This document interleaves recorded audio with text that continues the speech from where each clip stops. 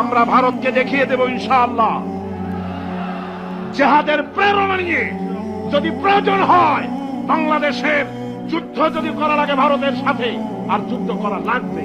রাসূলুল্লাহর ওয়াদা। কার ওয়াদা? নাসাই শরীফ, ইবনে মাজাহ, এই সাসেতার দুটি হাদিসের মধ্যে হযরত আবী হুরায়রা রাদিয়াল্লাহু তাআলা আনহু বর্ণিত হাদিস রয়েছে। বলেছেন, দুই শ্রেণীর লোক কিয়ামতের দিন জাহান্নাম থেকে মুক্ত হয়ে যাবে। এক শ্রেণী হচ্ছে যারা ঈসা আলাইহিস সালামের সাথে সাথী হয়ে যারা লড়বে আর শহীদ হবে, কিয়ামতে তারা জান্নাতে যাবে, জাহান্নাম থেকে মুক্ত। আর দ্বিতীয় শ্রেণী, ভারতের সঙ্গে একটা যুদ্ধ হবে, রাসূল বলেছেন হিন্দুস্তানের সঙ্গে একটা লড়াই হবে। ওই লড়াইয়ে যারা শহীদ হবে, রাসূলুল্লাহ বলেছেন কিয়ামতের দিন জাহান্নাম থেকে আল্লাহ মুক্ত করে দিবেন। সেই লড়াই ভারতের সাথে আমাদের হবে। ওই লড়াই যেদিন বাঁধবে বাংলাদেশের সেনাবাহিনী, এয়ারফোর্স, ল্যান্ড ফোর্স, পুলিশ শুধু এরাই যুদ্ধ করবে না, বাংলাদেশের 12 কোটি তৌহিদি জনতা শহীদ তিতুমীরের বাস হাতে নিয়ে ভারতকে পিটিয়ে ঠান্ডা করবে ইনশাআল্লাহ। আমার দেশে ভারতের মসজিদ ভাঙার প্রতিবাদে আমাদের দেশে একটা হিন্দুও মরে নাই, কথা ঠিক কিনা কর? কিন্তু ভারতে ভেঙেছে তারা বাবরি মসজিদ, আমার দেশের 15 জন মুসলমান পুলিশের গুলিতে নিহত হয়েছে। আমার দেশে হিন্দু মরে নাই। তোমরা আমার দেশে সেখানে আমার মুসলমান মেরেছ। হযরত আব্দুল্লাহ বিন ওমর রাদিয়াল্লাহু তাআলা আনহু বলছেন যে আমি রাসূলের সঙ্গে কাবা শরীফ তাওয়াফ করতেছিলাম।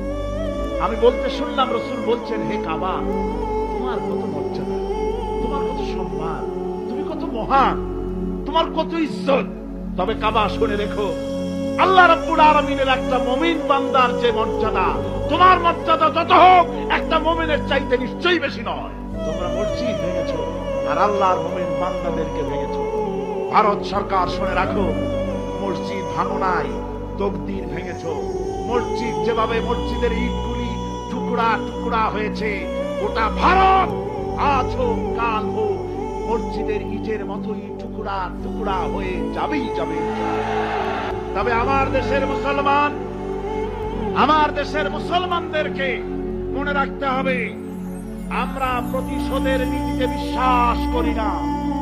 ভারতের বাবরি মসজিদ ভাঙার ব্যাপারে বাংলাদেশের কোন হিন্দু দায়ী নয়, কথা বুঝতে পেরেছেন? আমরা একজনের অপরাধের শাস্তি আর একজনকে দেই না। বাংলাদেশের কোন হিন্দু ওই ঘটনার জন্য দায়ী নয়। আমাদের দেশের মন্দির 2-4টা ভেঙেছে, আমরা খবর নিয়েছি। এই মন্দিরগুলি মুসলমানেরা ভাঙেছে। এই মন্দিরগুলি ভারতের এজেন্টের উস্কানিতে হিন্দুরা নিজেরা ভেঙেছে, মুসলমানেরা ভাঙেছে। ভারতীয় দালালেরা বাংলাদেশের সারা পৃথিবীতে সাম্প্রদায়িক সম্প্রীতির ভাব মূর্তিকে ক্ষুণ্ণ করার জন্য এই কাজ তারা করেছে। নরসিংদীতে, আরে মিয়া থামো না, নরসিংদীতে সেখানে দেখা গেছে গভীর রাত্রে কাপড়ের দোকানদার হিন্দু ঘরের সমস্ত কাপড় চোপড় সরাইয়া নিজের দোকানে আগুন দিতে গিয়েছে, পুলিশ তদন্তে করেছে। ভারতের 5-8 গোলামেরা হিন্দুদের দিয়ে কাজগুলি করাইছে, কোন মুসলমান মন্দির ভাঙে নাই। বাংলাদেশ গোটা বিশ্বের বুকে সাম্প্রদায়িক সম্প্রীতির সহস্র বছরের উজ্জ্বল দৃষ্টান্ত, আলহামদুলিল্লাহ। তার কারণ হচ্ছে আল্লাহর নবী বলেছেন সংখ্যালঘু মুসলিম এলাকায়, সংখ্যাগরিষ্ঠ মুসলিম এলাকায় সংখ্যালঘু অমুসলিম যারা, তারা হতেছে পবিত্র আমানত। ওই আমানতের কেউ যদি খেয়ানত করে, অর্থাৎ অমুসলিমদের পরে যদি কেউ অত্যাচার করে, তাহলে আমি নবী মুহাম্মদুর রাসূলুল্লাহ সাল্লাল্লাহু আলাইহি ওয়াসাল্লাম কিয়ামতের দিন আল্লাহর দরবারে মুসলমানদের বিরুদ্ধে মামলা দায়ের করব। এই জন্য আমরা সবচাইতে বড় ধর্ম সহিষ্ণুতা।